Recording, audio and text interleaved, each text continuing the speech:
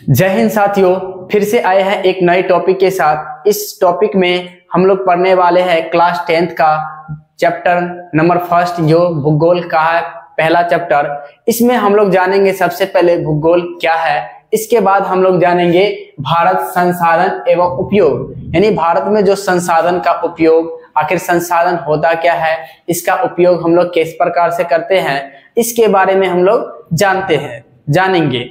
अब हम चलते हैं अपनी टॉपिक के ओर। सबसे पहले जियोग्राफी का जो सर्वप्रथम प्रयोग किया गया था, जो थे इरेटोस्थनीज,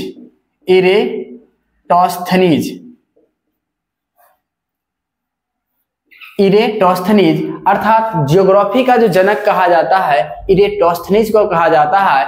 इन्होंने 276 बीसी से 194 बीसी के अंतर्गत इन्होंने भूगोल शब्द का प्रयोग किया था। बीसी कहने का मतलब होता है बिफोर द क्राइस्ट, यानी ईसा मसीह के जन्म से पहले हम लोग ईसा पूर्व का प्रयोग करते थे, जबकि हम लोग अभी जो करते हैं ईसवी शब्द का प्रयोग, यानी उसको एडी बोला जाता है इंग्लिश में, और उसका जो होता है एन्नो डोमिनी।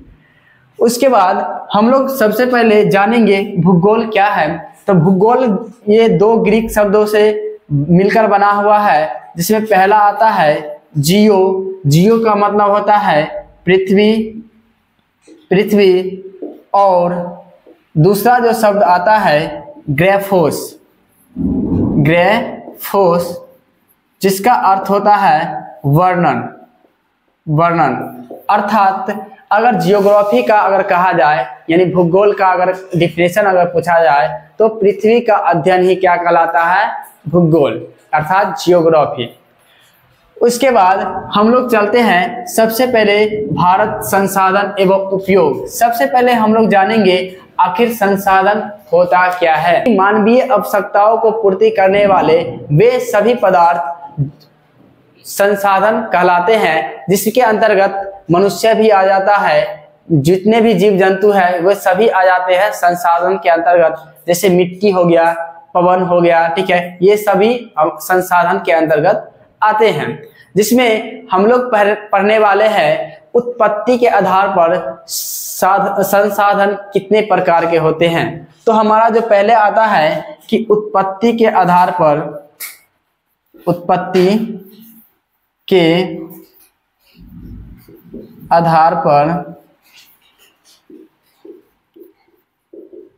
संसाधन के प्रकार, जिसमें पहला आता है जैविक संसाधन, और दूसरा आता है अजैविक संसाधन।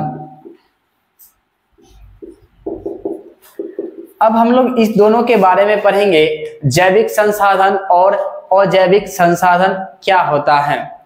तो जैविक संसाधन यानी वैसे संसाधन जो जीव यानी सजीव से प्राप्त होता है, यानी वैसे संसाधन जो सजीव से प्राप्त होता है, जिसके अंतर्गत हम लोग आ जाते हैं जितने भी मनुष्य है, जितने भी प्राणी हैं, जीव जंतु हो गया,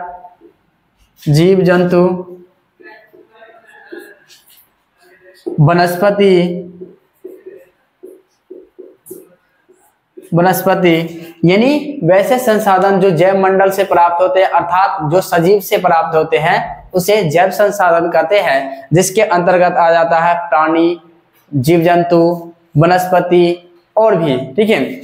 उसके बाद हम लोग अजैविक संसाधन के बारे में अगर बात करें, तो यह जो होता है यह निर्जीव वस्तुओं से संबंधित होता है, निर्जीव वस्तुओं से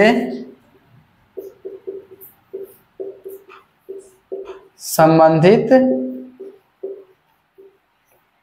होता है, यानी वैसे संसाधन जो निर्जीव वस्तुओं से संबंधित होता है उसे अजैव संसाधन कहते हैं। जैसे इस पर एग्जाम्पल की अगर बात करें तो आ जाता है इसके अंतर्गत मिट्टी,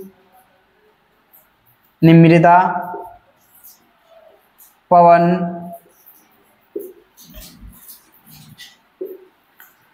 और जल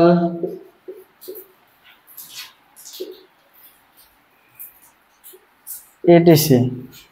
यानी अजैविक संसाधन वैसे संसाधन जो निर्जीव वस्तुओं निर्जीव पदार्थों से संबंधित होता है वह अजैविक संसाधन कहलाता है। उसके बाद हमारा जो टॉपिक आता है अब संसाधन के प्रकार में आता है उपयोगिता के आधार पर संसाधन कितने प्रकार के होते हैं। तो याद रखिएगा, उपयोगिता के आधार पर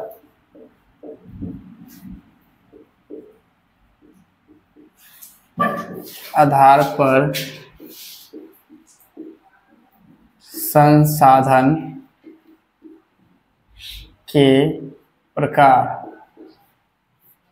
उपयोगिता के आधार पर संसाधन दो प्रकार के होते हैं, जिसमें पहला आता है नवीकरणीय संसाधन और दूसरा अनवीकरणीय संसाधन। जिसमें पहला आता है नवीकरणीय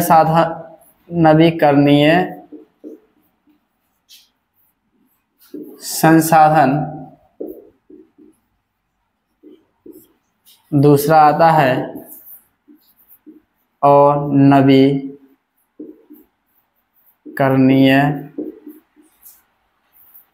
संसाधन।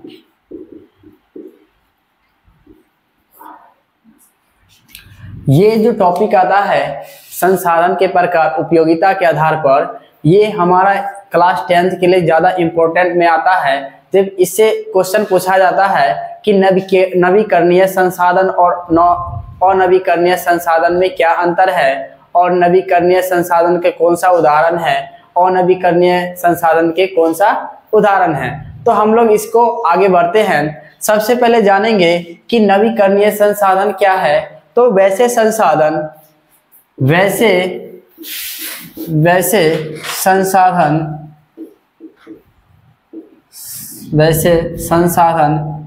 जो लंबे समय तक उपयोग में लाया जाता है उसे नवीकरणीय संसाधन कहते हैं। नवीकरणीय संसाधन कहते,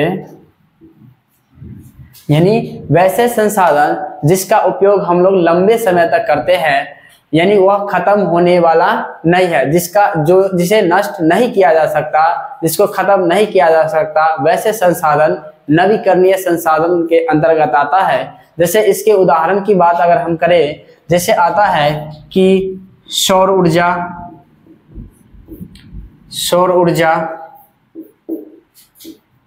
पवन ऊर्जा, जल हो गया इत्यादि।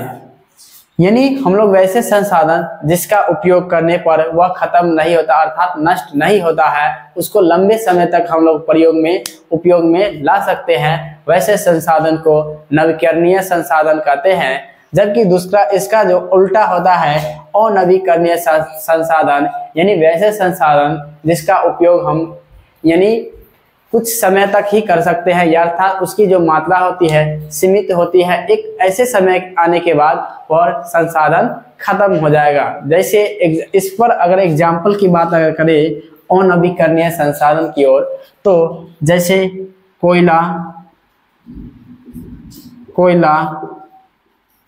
पेट्रोलियम,